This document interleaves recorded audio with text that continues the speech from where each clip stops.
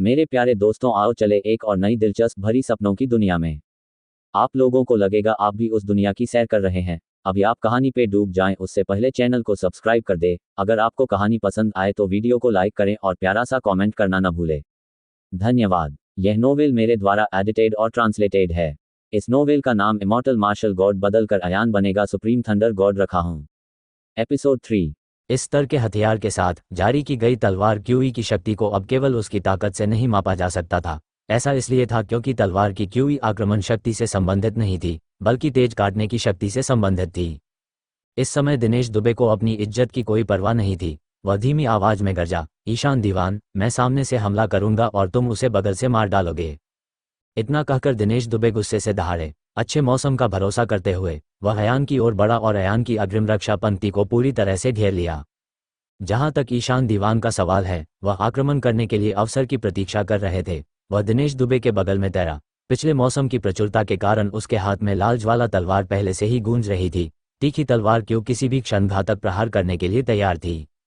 अच्छा काम। अयान की आंखों में चमक आ गई। यद्यपि वह एलन अग्रवाल को बाहर नहीं निकाल सका, फिर भी उन दोनों को गंभीर रूप से घायल करना उचित था। जैसा कि सभी को उम्मीद थी, अयान के पास छिपने के लिए कोई जगह नहीं थी। इसके बजाय उन्होंने अप्रत्याशित रूप से दिनेश दुबे के खिलाफ जवाबी हमला किया, जिनकी रक्षा सबसे मजबूत थी। क्या? ईशान दीवान हैरान रह गए। अयान अचानक बाहर भाग गया। उसने अपने पैरों को घोड़े की सीधी पर टिका दिया और अपनी उंगलियां फैला दी। उसका पूरा दाहिना हाथ मौसम में लिपटा हुआ था और दिनेश दुबे की छाती पर लगे कवच पर बेरहमी से दबा हुआ था। उसी क्षण लाइटनिंग मेरिडियन प्रतिभा अचानक विस्फोटित हो गई। अयान की हथेली की शक्ति 6300 जिन तक बढ़ गई। एक ही हथेली के प्रहार से उसने उच्च श्रेणी के स्पिरिट ग्रेड युद्ध कवच पर जोरदार प्रहार किया। बिजली की शिरा की भयानक शक्ति ने ब्लैक क्वी बैटल आर्मर की छाती पर 1 इंच गहरा हथेली का निशान जबरदस्ती अंकित कर दिया था। पब फ्यूचर द्वारा विज्ञापन। एक धीमी सी आवाज गूंजी। आवाज इतनी गहरी और भयानक थी कि दिनेश दुबे का पूरा कवच तुरंत ही छिन्न भिन्न हो गया। कवच के मोटे टुकड़े सभी दिशाओं में बिखर गए। तीनों स्वामी एक साथ उठ खड़े हुए। उनकी आंखें बड़ी बड़ी खुली हुई थीं, मानो उन्होंने दिन के उजाले में कोई भूत देख लिया हो। ब्लैक क्वी युद्ध कवच को अयान ने नष्ट कर दिया। दिनेश दुबे ने खांसते हुए मुंह से खून निकाला। एक भयानक शक्ति से उसके सभी आंतरिक अंग हिल गए थे। उसी क्षण वह बेहोश हो चुका था। स्वूश! एक अतुलनीय रूप से तेज तलवार क्यू ने कवच में दरारों को काट दिया जो सभी दिशाओं में बिखरे हुए थे, और सीधे हार के दक्षिणी द्वार के पास पहुंच गई। इस बार अयान की शक्ति का विस्फोट अभी पूरी तरह समाप्त नहीं हुआ था। उसने न तो कोई चाल चली और न ही कोई चकमा दिया, बल्कि सहजता से एक उड़ने वाले कवच का टुकड़ा पकड़ लिया और उसे अपने सामने क्षैतिज रूप से रख लिया। दिनेश दुबे के आशीर्वाद के बिना ईशान दीवान की तलवार क्यूई द्वारा कवच को आधा काट दिया गया था, लेकिन तलवार क्यूई भी रद्द कर दी गई थी। अयान ने अपने बाएं हाथ से कवच प्लेट को पकड़ा और उसे अपने पैरों के पास रख दिया। उसने तेजी से आधा चक्कर घुमाया और कवच प्लेट को भिनभिनाती हुई आवाज के साथ बाहर फेंक दिया, जो ईशान दीवान की छाती पर लगने ही वाली थी। इसी समय एलन अग्रवाल ने अचानक हमला कर दिया। वह अपने हाथ में एक भारी कृपान लेकर अखाड़े से बाहर भागा, लेकिन वह इतनी जल्दी आया कि अपनी कृपान क्यूई को छोड़ नहीं सका। वह अपनी लंबी कृपान का उपयोग केवल ईशान दीवान की छाती की रक्षा के लिए कर सकता था। ईशान दीवान ने भी लाल अग्नि तलवार निकाली। उसी समय वह कवच के टुकड़े से मारा गया जिसमें 6000 जिन की आक्रमण शक्ति थी। झनकार! एक जोरदार टक्कर की आवाज सुनाई दी। ईशान दीवान और एलन अग्रवाल को इतना पीटा गया कि उन्हें खून की उल्टी होने लगी। अपनी संयुक्त शक्ति से वे 10 कदम से अधिक पीछे धकेल दिए गए और दोनों अखाड़े के किनारे पर चले गए। अयान ने जीत का फायदा उठाते हुए उनका पीछा किया और तेजी से उन दोनों की ओर दौड़ा। इसी समय अचानक अखाड़े के बाहर से हवा के टूटने की आवाज सुनाई दी। एक छोटी सी वस्तु अचानक अखाड़े की ओर आई। लक्ष्य था अयान। पब फ्यूचर द्वारा विज्ञापन। अयान अचानक से चौंक गया और जल्दी से पीछे मुड़ा तथा बंदूक की नंगी नली को छिपे हुए हथियार की दिशा में घुमाया। जो चीज उड़कर आई थी उससे अयान को बहुत डर लग रहा था। इस भाले से ही उसने अपनी चरम सीमा तक विस्फोट किया तथा अपनी शक्ति को 6300 जिन के शिखर तक पहुंचा दिया। भाले की नली अचानक उस चीज से टकराई और भाले की नली जमीन पर टुकड़ों में बिखर गई। जहां तक अयान का प्रश्न है, क्योंकि उस पर भारी बमबारी हुई थी, वह शीघ्रता से पीछे हट गया। उसके शरीर में खून का प्रवाह बढ़ गया और वह लगभग मुंह में मीठा खून थूकने ही वाला था। सौभाग्यवश उन्होंने समय रहते इसे दबा दिया। मुझ पर किसने घात लगाया? कितनी बेशर्मी है! अयान ने गुस्से से कोसा। उसने पहले ही स्पष्ट रूप से देख लिया था कि जो चीज ऊपर उड़ रही थी वह वास्तव में मूंगफली का एक दाना मात्र था। इसके अलावा उस मूंगफली के साथ निश्चित रूप से मौसम नहीं था, बल्कि असली युआन क्यूई थी।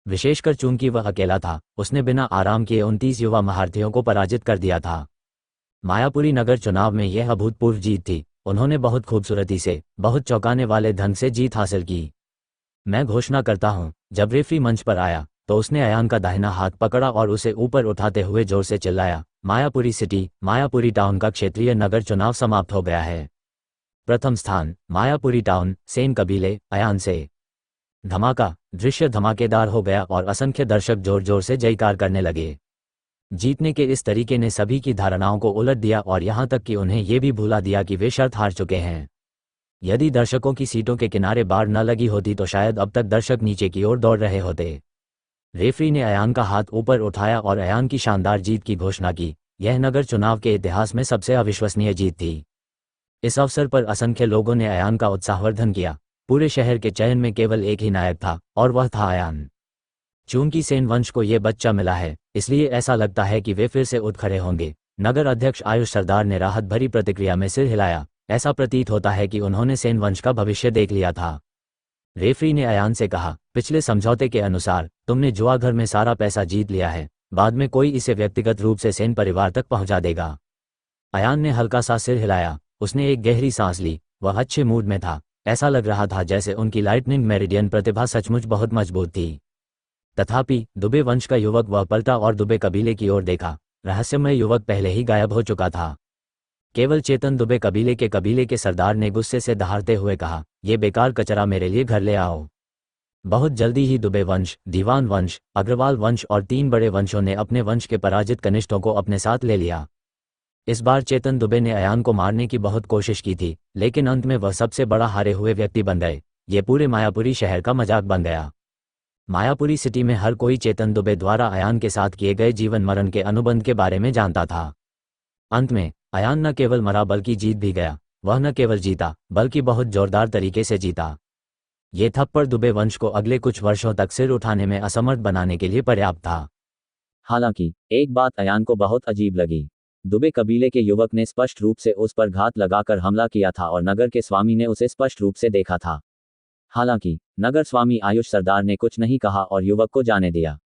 ये सोचते हुए अयान ने मन ही मन सोचा कि उस युवक की पृष्ठभूमि निश्चित रूप से साधारण नहीं थी। अयान, नगर के राजा स्वयं अयान को बधाई देने के लिए नीचे आए और कहा, आज रात उत्सव भोज में आओ। उस समय मायापुरी सिटी में टाउन सिलेक्शन के सभी विजेता आएंगे। ठीक है आयुष अंकल, आपके आतिथ्य के लिए धन्यवाद। अयान मुस्कुराया और सिर हिलाया। उनमें वह अहंकार नहीं था जो जीतने के बाद था। ये देखकर आयुष सरदार ने अयान की तारीफ करते हुए कहा, विक्रमसेन को तुम्हारे जैसा पोता मिला है, यह इसके लायक है। शोरगुल भरे माहौल में अयान मैदान छोड़कर मायापुरी टाउन लौट गया, लेकिन उसके पीछे लोगों का सैलाब उमड़ पड़ा। वे अयान का पीछा करते हुए मायापुरी टाउन चुनाव में जो कुछ हुआ था उसके बारे में सभी को बताने के लिए दौड़े। ऐसा लग रहा था मानो विजेता अयान नहीं बल्कि वे दर्शक थे जो अयान का शानदार खेल देखने के लिए भाग्यशाली थे। इस समय किसी की भी अयान पर चिल्लाने की हिम्मत नहीं थी। यहाँ तक कि एक मूर्ख भी जानता था कि अयान एक असीम संभावनाओं वाला युवक था। कौन उसे जरा सा भी अपमानित करने का साहस करेगा? ये बात अयान के लिए विशेष रूप से सत्य थी, जो निश्चित रूप से सिटी लॉर्ड आयुष सरदार के बगल में एक सेलिब्रिटी था। अयान इस गड़बड़ी को सहन करने में असमर्थ था और उसने मायापुरी टाउन में अपनी वापसी को हवा के झोंके की तरह तेज करने के लिए सीधे बल का प्रयोग किया। जब वह घर पहुंचा तो वह अपने माता पिता को खुशखबरी सुनाने के लिए इंतजार नहीं कर सका। विक्रमसेन ने तो अपवाद स्वरूप साधना कक्ष भी छोड़ दिया। पूरा परिवार खुशी से भर गया। इससे पहले कि अयान अपने परिवार से बात कर पाता, उसने हवेली के बाहर से किसी के जोर से चिल्लाने की आवाज सुनी। मायापुरी शहर, पंडित वंश यहाँ अपना सम्मान अर्पित करने के लिए है। ओह, पंडित वंश! विक्रमसेन और अशोक सेन दोनों ही दंग रह गए, लेकिन उन्होंने देखा कि लोगों का एक बड़ा समूह हवेली के बाहर वाले गेट से अंदर आ रहा है। पंडित वंश मायापुरी शहर के कुलों में से एक था, लेकिन यह मार्शल आर्ट वंश से संबंधित नहीं था। इसका नेता पंडित वंश का मुखिया अमीर पंडित था। उसके पीछे दर्जनों नौकर चाकर थे और कई नौकर 2 बड़े बक्से उठाए हुए थे। अमीर पंडित ने मुठिया भींच ली और मुस्कुराया, भाई विक्रम, मैंने सुना है कि आपकी हवेली के अयान ने बड़ी जीत हासिल की है। मैं आपको बधाई देने के लिए यहाँ आया हूँ। हा। विक्रमसेन अपने आप से बहुत प्रसन्न थे, इसलिए स्वाभाविक रूप से उनका मूड अच्छा था। भाई पंडित, आप बहुत विनम्र हैं, उन्होंने जवाब दिया। रायपुर टाउन, सक्सेना वंश आपको बधाई देने के लिए यहाँ है। दरवाजे के बाहर फिर से चिल्लाने की आवाज आई और जैसे ही वे अंदर आए, लोगों के एक बड़े समूह ने उन्हें घेर लिया। ओह, कुलपति रेयान सक्सेना, विक्रमसेन ने अभी अभी अमीर पंडित का स्वागत किया था और वे शीघ्रता से सक्सेना वंश का अभिवादन करने चले गए। मुझे उम्मीद नहीं थी कि ब्लैकस्टोन टाउन से भी लोग आएंगे, अशोक सेन अतुलनीय खुशी से मुस्कुराए। सीतापुर टाउन, सक्सेना कबीले, कुजूर कबीले और रेड्डी कबीले, आओ और हमें बधाई दो। विक्रमसेन अभिभूत हो गए और उन्होंने जल्दी से अशोक सेन और उनकी पत्नी तथा कुछ नौकरों को मेहमानों का स्वागत करने के लिए बुलाया। हालांकि हाल के वर्षों में सेन वंश निराशा की भयानक स्थिति में रहा है, अन्यथा वे इतनी जल्दी में नहीं होते। अयान की जीत की खबर पूरे मायापुरी नगर में पंख की तरह फैल गई। उन्हें बधाई देने के लिए लोगों का तांता लगा रहा। वहां धनी परिवार, व्यापारिक कबीले और कई मार्शल आर्ट कबीले भी उन्हें बधाई देने आए थे। कई वर्ष हो गए थे जब सेन कबीला आज जैसा जीवंत हुआ था। कुछ लोगों को तो सेन कबीले की हालिया स्थिति के बारे में भी पता था। वे लाल लालटेन और लटकते हुए रंग भी लाए थे, जिससे सेन कबीले ने अपनी लालटेन, घंटियां और ड्रम सजाए। जो लोग उसे बधाई देने आए थे वे सभी अयान से बातचीत करने के लिए दौड़ पड़े। उन्हें उम्मीद थी कि वे अयान जैसे युवा नायक को जान सकेंगे, लेकिन इससे पहले कि वे अयान के करीब पहुंच पाते, सेन मैनर के बाहर फिर से चहल पहल शुरू हो गई। 200 नगर रक्षक व्यक्तिगत रूप से सेन कबीले की ओर दौड़े और उनका नेतृत्व करने वाला वह रेफरी था जिसने मायापुरी शहर के चयन की अध्यक्षता की। जो अतिथि उन्हें बधाई देने आए थे वे स्वाभाविक रूप से चतुराईपूर्वक एक तरफ हट गए। रेफरी ने मुस्कुराते हुए अयान को एक लकड़ी की ट्रे थमा दी। उन्होंने विनम्रतापूर्वक कहा, छोटे अयान, इसे खोलो और देखो। विक्रमसेन ने अपनी दाढ़ी पर हाथ फेरा और मुस्कुराते हुए सिर हिलाया। जितना अधिक वह अपने पोते को देखता, उतना ही अधिक प्रसन्न महसूस करता, मानो उसने शहद खा लिया हो। अयान ने ट्रे पर लगे लाल कपड़े को खोला और देखा कि उसके अंदर दो चीजें पड़ी हुई थीं। एक निमंत्रण कार्ड लाल रंग का था और दूसरा चमकदार सुनहरा कार्ड था। रेफरी ने कहा, यह निमंत्रण नगर के राजा की ओर से है, जिन्होंने अयान को आज रात नगर के चुनाव समारोह में भाग लेने के लिए आमंत्रित किया है। और इस स्टोरेज कार्ड में 3 मिलियन से अधिक सोने के सिक्के हैं। यह वह विजयी शर्त है जो आपने आज जीती है। मैंने समझौते के अनुसार इसे व्यक्तिगत रूप से आप तक पहुंचाया है। 3 मिलियन! वहां मौजूद दर्शक तुरंत डरकर चिल्ला उठे। यहां तक कि विक्रमसेन और अशोक सेन भी हैरान रह गए। उन्होंने यह नहीं सुना था कि अयान शर्त जीत गया है, क्योंकि युद्ध में अयान की जीत की खबर इतनी चौंकाने वाली थी कि हर कोई एक दूसरे को यह बताने के लिए दौड़ा कि अयान कितना शक्तिशाली था और कितना उत्कृष्ट था। हालांकि उन्होंने ये प्रचारित नहीं किया कि अयान ने शर्त जीत ली है। संभवतः उन दर्शकों को शर्मिंदगी महसूस होने के कारण उन्होंने जानबूझकर इस मामले को टाला। विक्रमसेन अब तक हंसते रहे। उनका चेहरा सख्त हो गया था, लेकिन फिर भी उन्हें एक के बाद एक सुखद आश्चर्य महसूस हो रहा था। इससे पहले अयान ने 5 मिलियन सोने के सिक्के और बड़ी मात्रा में जड़ी बूटियां भेजी थीं, लेकिन अब उसने 3 मिलियन सोने के सिक्के और जीत लिए थे। इस बार सेन कबीले का बदलाव निश्चित था। जहां तक मेहमानों की बात है, वे सभी अयान को ईर्ष्या से देख रहे थे। वे सभी विक्रमसेन से ईर्ष्या करते थे कि उन्हें इतना अच्छा पोता मिला। उसे देखो, नगरपाल के भवन ने निमंत्रण भेजने के लिए व्यक्तिगत रूप से 200 नगर रक्षकों को भेजा। ये कैसी पहचान थी? अयान ने मुस्कुराते हुए निमंत्रण स्वीकार किया और स्टोरेज कार्ड अपने दादा विक्रमसेन को सौंप दिया। फिर उन्होंने अपनी मुठ्ठियां बांधकर मेहमानों की ओर हाथ बढ़ाते हुए कहा, मुझे बधाई देने के लिए आने के लिए चाचाओं और मामाओं, आपका धन्यवाद। हालांकि कृपया सुधार करें, मुझे नगर भगवान के उत्सव भोज में भाग लेने के लिए मायापुरी नगर वापस जाना है। सभी ने जल्दी से अपनी मुठ्ठियां बंद कर लीं और अपने हाथों को कप के आकार में करके अपनी समझ व्यक्त की। स्वाभाविक रूप से छोटे अयान को इतना विनम्र होने की आवश्यकता नहीं है। यह सही है, नगर प्रभु ने उन्हें व्यक्तिगत रूप से आमंत्रित किया। यह बहुत महत्वपूर्ण मामला है। बेशक ये सबसे महत्वपूर्ण है। रेफरी ने मुस्कुराते हुए विक्रमसेन से कहा, भाई झांगसियोंग, चलो हम दोनों मिलकर सिटी लॉर्ड के भवन में चलें। आपको और हमारे नगर प्रभु को एकत्र हुए बहुत समय हो गया है। इन शब्दों से विक्रमसेन को अतुलनीय सहजता का अनुभव हुआ। उसे बस यही महसूस हो रहा था कि कई वर्षों से उसने अपनी प्रतिष्ठा खो दी थी और आज उसने वह सारी प्रतिष्ठा वापस पा ली थी। हालांकि विक्रमसेन ने फिर भी अपनी मुठ्ठियां भींच लीं और माफी मांगते हुए कहा, मैं सन शियायान अकेला ही जाऊंगा। किसी जियांग का अवतार बेकार है, इसलिए उसे मेहमानों का मनोरंजन करने के लिए पीछे रहना होगा। हम समझ में आता है। रेफरी ने समझदारी से सिर हिलाया। तो कृपया किसी अन्य दिन सिटी लॉर्ड से मिलने के लिए समय निकालें। हमारे नगर प्रभु को आपकी बहुत याद आती है। ठीक है जियायान, चलो चलें। दादाजी, पापा, मम्मी, छोटा अयान चला गया। अयान ने अपने परिवार को अलविदा कहा और नगर रक्षकों के साथ मायापुरी शहर चला गया। जब वे नगरपाल के भवन में पहुंचे, तब तक गाड़ियां और घोड़े नगरपाल के भवन के बाहर एकत्र हो चुके थे। शहर का चयन केवल मायापुरी शहर के लिए नहीं किया गया था, बल्कि 6 अन्य छोटे बड़े शहर भी चुने गए थे। प्रत्येक शहर के चयन में शीर्ष 40 विजेताओं को आमंत्रित किया गया। अन्य कबीले समृद्ध हो रहे थे। स्वाभाविक रूप से बड़े लोग अपने कनिष्ठों को भी उत्सव भोज में साथ लेकर आए। सेन वंश से केवल अयान ही अकेला आया था। वह थोड़ा अकेला लग रहा था। नगर प्रभु के भवन के प्रवेश द्वार पर विभिन्न नगरों और कुलों के लोग एक दूसरे का अभिवादन कर रहे थे और विनम्रतापूर्वक एक दूसरे को रास्ता दे रहे थे। वे सभी प्रवेश द्वार पर भीड़ में फंसे हुए थे। अयान को अपने दिल में अजीब सा महसूस हुआ। वे लोग जागीर में क्यों नहीं घुसे? वे सब यहाँ क्यों दबाए गए? जब वे नजदीक पहुंचे तो उन्हें पता चला कि नगर भगवान आयुष सरदार वास्तव में दरवाजे पर खड़े थे। स्वाभाविक रूप से सभी कुलों के लोगों ने आयुष सरदार को पार करने और उन्हें जागीर में ले जाने की हिम्मत नहीं की। छोटे अयान, तुम यहाँ हो? भीड़ में नगर स्वामी आयुष सरदार जोर से हंस पड़े। अयान दंग रह गया और आश्चर्य से पूछा, नगरपाल, क्या आप मेरा स्वागत कर रहे हैं? स्वाभाविक रूप से मैं आपका स्वागत करूंगा। आयुष सरदार हंसे और भीड़ को धक्का देकर सीधे अयान की ओर बढ़े। किसी को भी बिना अनुमति के जागीर में प्रवेश करने की हिम्मत नहीं थी। इसके बजाय वे प्रवेश द्वार पर ही रुके और नगर के स्वामी के जागीर में प्रवेश करने की प्रतीक्षा करने लगे। फिर भी नगर के स्वामी की कार्रवाई केवल एक अयान का स्वागत करने के लिए थी। ये व्यवहार थोड़ा बहुत बुरा है। विजयी वंशों के युवा शिष्यों ने शुरू में सोचा था कि उत्सव भोज में शामिल होना एक अच्छी बात है। हालांकि जब उनकी तुलना अयान से की गई तो उन्हें ईर्ष्या और जलन दोनों महसूस हुई। विशेष रूप से मायापुरी कस्बे के दुबे वंश, अग्रवाल वंश और दीवान वंश।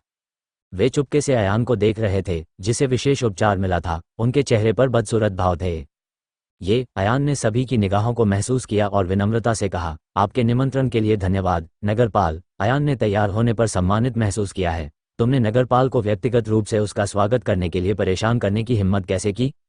नगर के राजा ने अयान के कंधे पर थपथपाते हुए कहा, तुम प्रतियोगिता में स्थान पाने के लिए नगर के चुनाव से पहले व्यक्तिगत रूप से नगर के राजा के भवन में आए थे। कितना साहसी! नगर के चुनाव में भाग लेने के लिए आपने जीवन मरण के अनुबंध पर हस्ताक्षर करने में संकोच नहीं किया। कैसा साहस! शहर के चुनाव में आपने सभी नायकों के खिलाफ अकेले लड़ाई लड़ी और प्रथम स्थान जीता। कैसा हीरो है!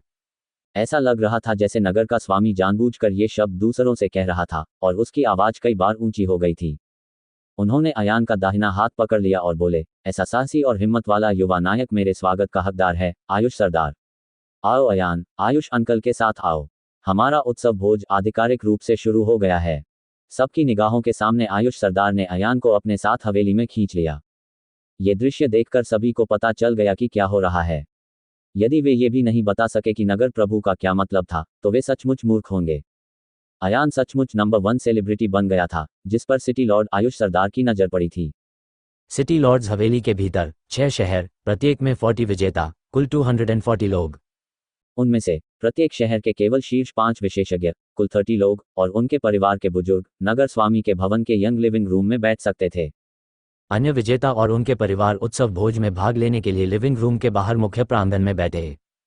क्योंकि मायापुरी टाउन की नगर चयन प्रतियोगिता में पहले से लेकर आखिरी तक अयान की जीत थी, वह 2345वीं रैंक पाने में असमर्थ था। इसलिए अयान, दिनेश दुबे, एलन अग्रवाल और ईशान दीवान ने लिविंग रूम में प्रवेश किया। लिविंग रूम में कई सीटें थीं, लेकिन वे विभिन्न कुलों के लोगों से भरी हुई थीं। मुख्य सीट स्वाभाविक रूप से नगर स्वामी आयुष सरदार की सीट थी और उसके बगल में 6 सीटें थीं। 6 नगरों के विजेता नगर स्वामी आयुष सरदार के दोनों ओर बैठे थे। अयान के बैठते ही उसे दुबे कबीले, अग्रवाल कबीले और दीवान कबीले के सदस्यों का पता चल गया। अयान के लिए यह बात ध्यान देने लायक थी कि दुबे कबीले का वह युवक, जिसने नगर चुनाव के अंतिम दौर में उस पर मूंगफली का इस्तेमाल करके घात लगाया था, वास्तव में दुबे कबीले का ही एक शिष्य था। जब अयान उस आदमी को देख रहा था, तो वह आदमी भी अयान को देख रहा था।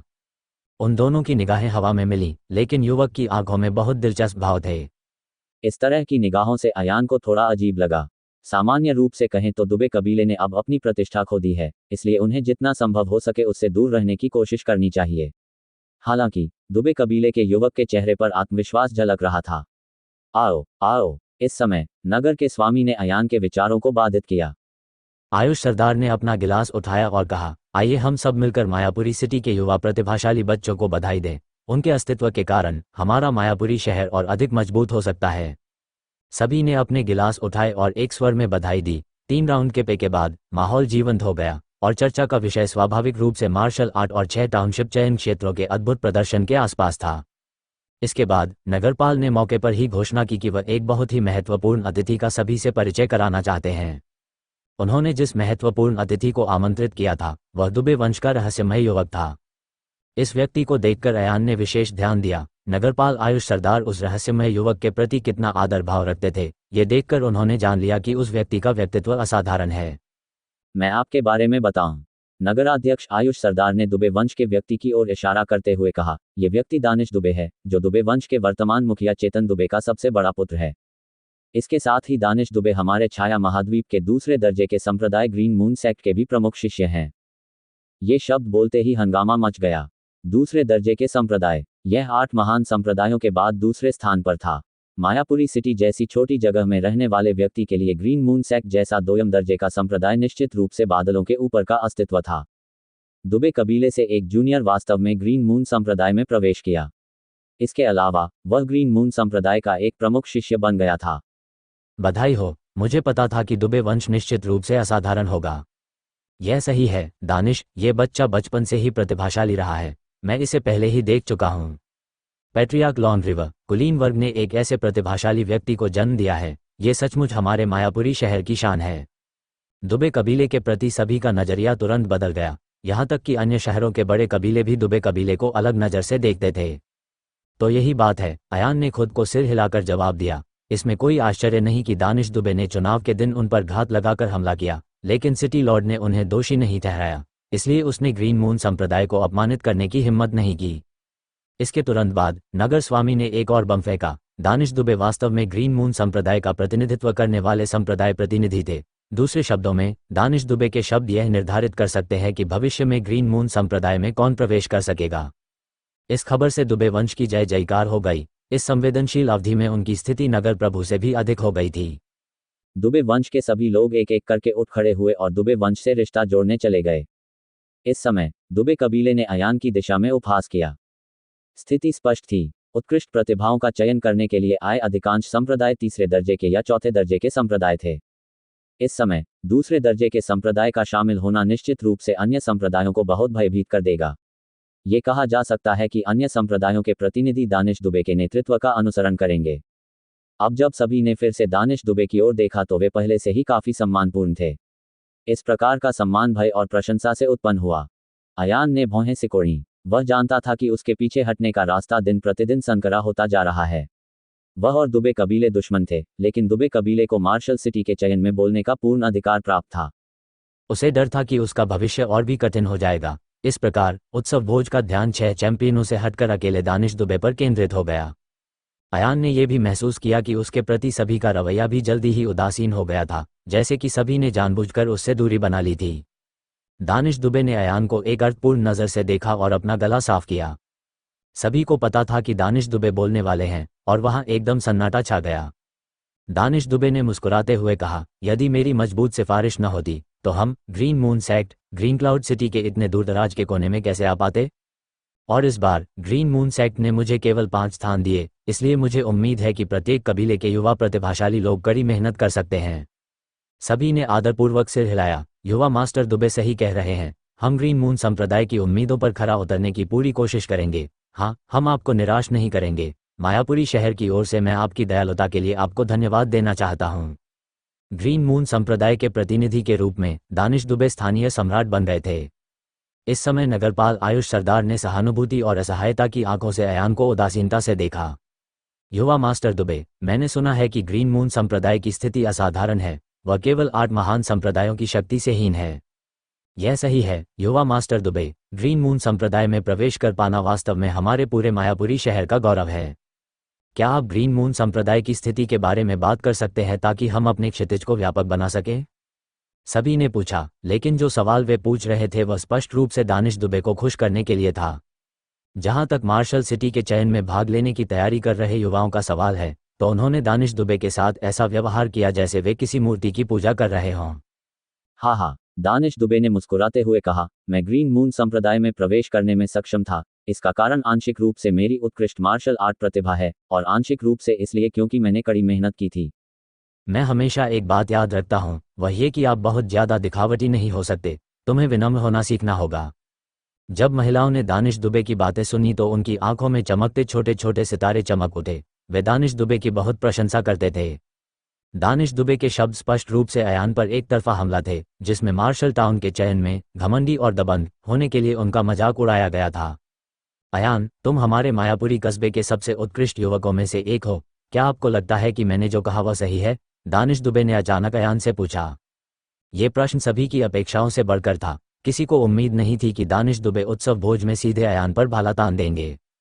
सबकी नज़र अयान पर टिक गई। पूरे समारोह में सभी लोग खड़े होकर दानिश दुबे का भाषण सुन रहे थे, लेकिन अयान अकेला था जो अपनी सीट पर बैठा था। अयान की हरकतों से सभी लोग नाराज हो गए। उनका मानना था कि अयान बहुत घमंडी है।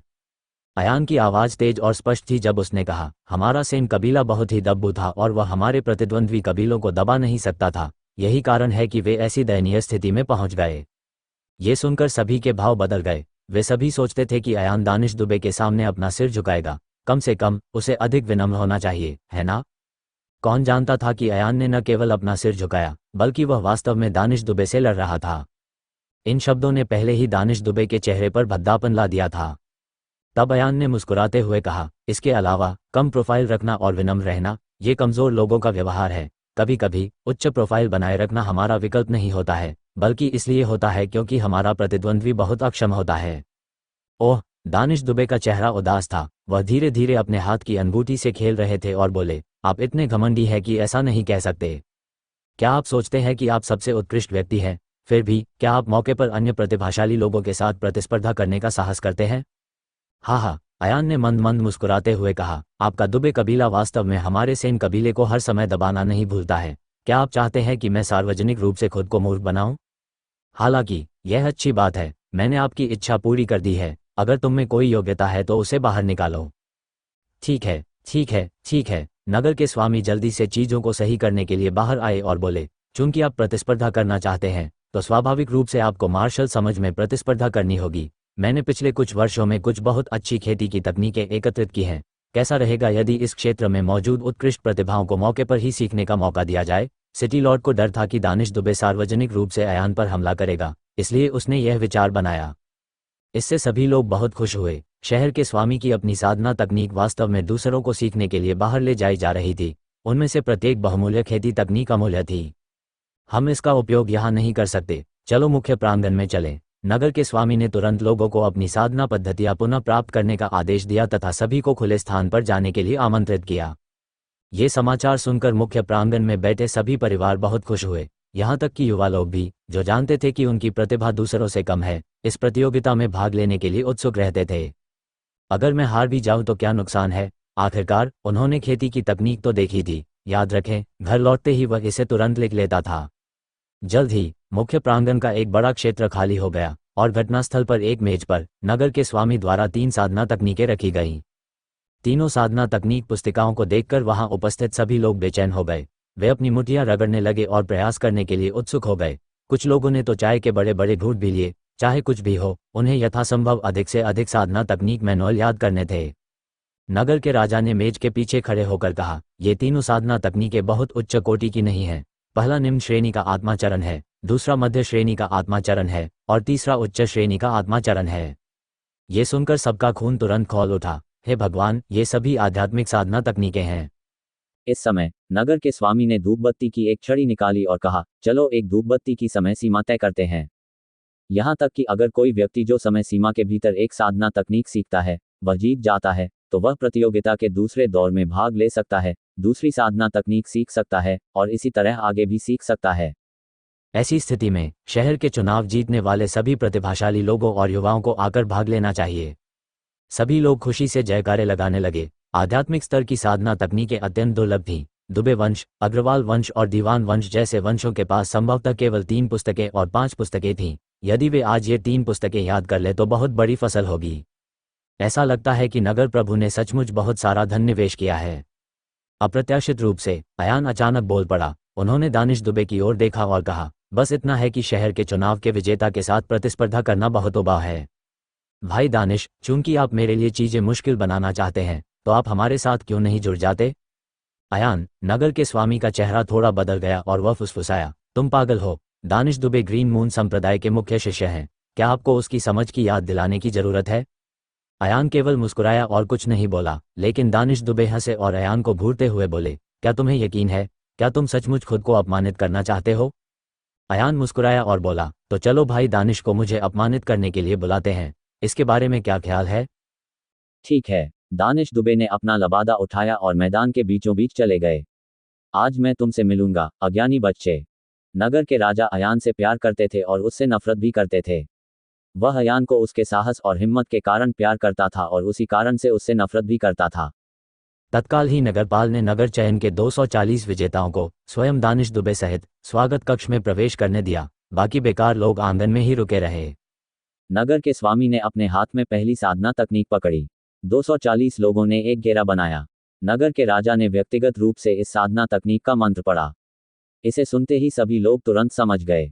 नगर के राजा द्वारा बोले गए मंत्र को सुनकर 240 लोगों में से 200 लोगों के चेहरे पर शर्मिंदगी के भाव प्रकट हुए। अयान ने साधना विधि सुनी और मन ही मन हंसा। खेती की यह पद्धति काफी अजीब थी। ये सामान्य साधना पद्धतियों से बहुत भिन्न थी, इसलिए स्वाभाविक रूप से सामान्य लोगों के लिए इसे सीखना अत्यंत कठिन था। हालांकि वह जानकार थे, उनके लिए ये साधना तकनीक बच्चों का खेल जैसी लगती थी। दूसरी ओर दानिश दुबे का चेहरा शांत था। आखिरकार उसने ग्रीन मून सेक्ट में एक उच्च स्तरीय साधना तकनीक देखी थी, इसलिए उसके पास कुछ क्षमता थी। जब नगर स्वामी ने साधना तकनीक पढ़ना समाप्त किया तो उन्होंने कहा, इस साधना तकनीक को ब्लू क्लाउड तलवार कहा जाता है। यदि आप इसे सफलतापूर्वक सीखना चाहते हैं तो इसमें कम से कम 1 से 3 वर्ष का समय लगेगा। मेरा अनुरोध बहुत सरल है। आपको एक छोटी सी सफलता तक पहुंचने के लिए केवल एक अगरबत्ती से सीखने की जरूरत है। यदि आप भी ऐसा ही करते हैं तो आपको परीक्षा पास करने के लिए केवल ब्लू क्लाउड स्वॉर्ड का सार नहीं खोना होगा। ठीक है, सब लोग चलो बाहर चलें। प्रांगण में पहुंचकर नगर के स्वामी ने अपने हाथ में एक लंबी तलवार पकड़ी और कहा, मैं मौके पर ही नीले बादल तलवार की 3 चालों का उपयोग करूंगा ताकि हर कोई इसका फैसला कर सके। जैसे ही वह बोल रहा था, नगर के स्वामी ने आंगन में एक पेड़ की ओर इशारा किया और कहा, नीले बादल तलवार शरद ऋतु पत्ता स्लैश का पहला रुख। यदि आप अभ्यास करना चाहते हैं तो आपको मेरी सीमा के भीतर खड़ा होना होगा। नगर के स्वामी ने जमीन पर एक सीधी रेखा खींची और फिर एक गिरा हुआ पत्ता आसमान में फेंक दिया। सीधी रेखा गिरे हुए पत्ते से ठीक 10 मीटर दूर थी। इसके तुरंत बाद उसके हाथ में तलवार की युआन क्यूई संघनित हो गई और बाहर निकल गई। युआन क्यूई एक तलवार की रोशनी में संघनित हो गई और एक फुफकार के साथ गिरे हुए पत्तों को चीरकर अलग कर दिया। हर कोई ईर्ष्या से भर गया। वह तलवार की रोशनी थी। केवल वे जो युआन क्यूई द्वारा सक्रिय किए गए थे उन्हें तलवार की चमक कहा जा सकता था, जबकि जो पहले मौसम द्वारा सक्रिय किए गए थे उन्हें केवल तलवार क्यूई कहा जा सकता था। जब गिरी हुई पत्तियां जमीन पर गिरी तो मार्शल आर्ट के बारे में कुछ जानने वाले सभी लोगों की पुतलियां सिकुड़ गईं। गिरा हुआ पत्ता वास्तव में एक ही तलवार के वार से आधा कट गया था। न केवल वह स्थान जहां ये टूटा था बहुत आसानी से टूटा था, बल्कि लगभग अधूरा था। हमें ये जानना होगा कि तलवार की क्यूई या तलवार की रोशनी को आसानी से काटा जा सकता है, लेकिन जब तलवार की क्यूई और तलवार की रोशनी किसी गिरे हुए पत्ते से टकराती है तो मूलतः सभी पत्ते नष्ट हो जाते हैं। हालांकि गिरे हुए पत्ते बड़े करीने से 2 हिस्सों में विभाजित थे। इसके लिए आवश्यक है कि तलवार की क्यूई और तलवार की रोशनी को परिष्कृत किया जाए। ध्यान से, ये कुल्हाड़ी से पत्ती काटने के समान है। पत्ता अवश्य ही टूट गया होगा। केवल स्टील की सुई से पत्ती को काटकर ही उसे अक्षुण्ण रखा जा सकता है। ये देख सभी ने तालियां बजाकर खुशी जाहिर की, जबकि प्रतियोगिता में भाग ले रहे सभी युवाओं के चेहरों पर कड़वाहट के भाव थे।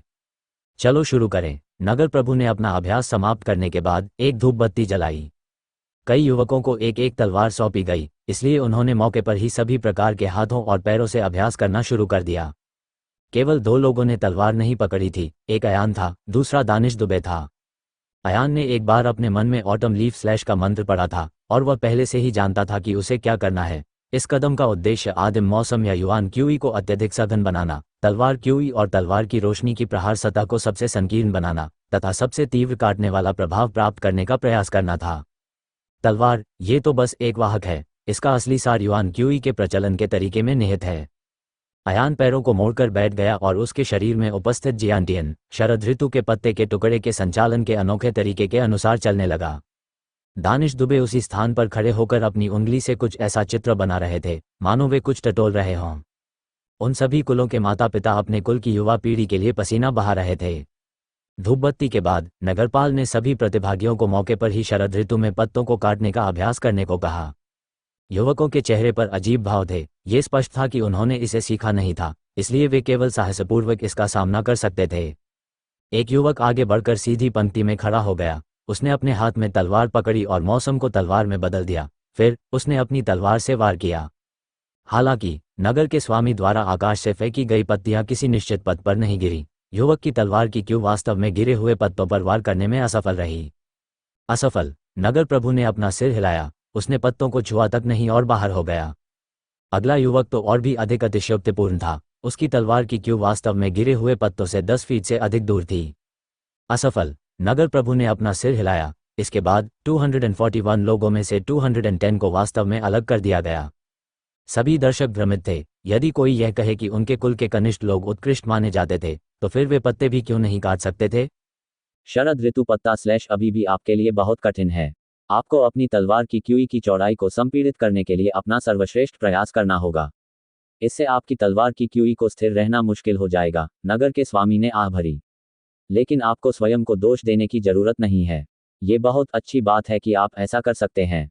अधिकांश लोग सीधी रेखा भी नहीं काट सकते। तभी सभी को यह समझ में आया कि ऐसा नहीं था कि उन युवकों की सटीकता बहुत खराब थी, बल्कि यह तलवार क्यूई को नियंत्रित करना बहुत कठिन था। अंत में शीर्ष 30 प्रतिभाशाली लोगों और युवाओं ने अभ्यास करना शुरू किया। दिनेश दुबे ने सबसे पहले प्रस्तुति दी और उनके प्रदर्शन से वहां उपस्थित लोगों ने खूब तालियां बजाईं। ऐसा इसलिए था क्योंकि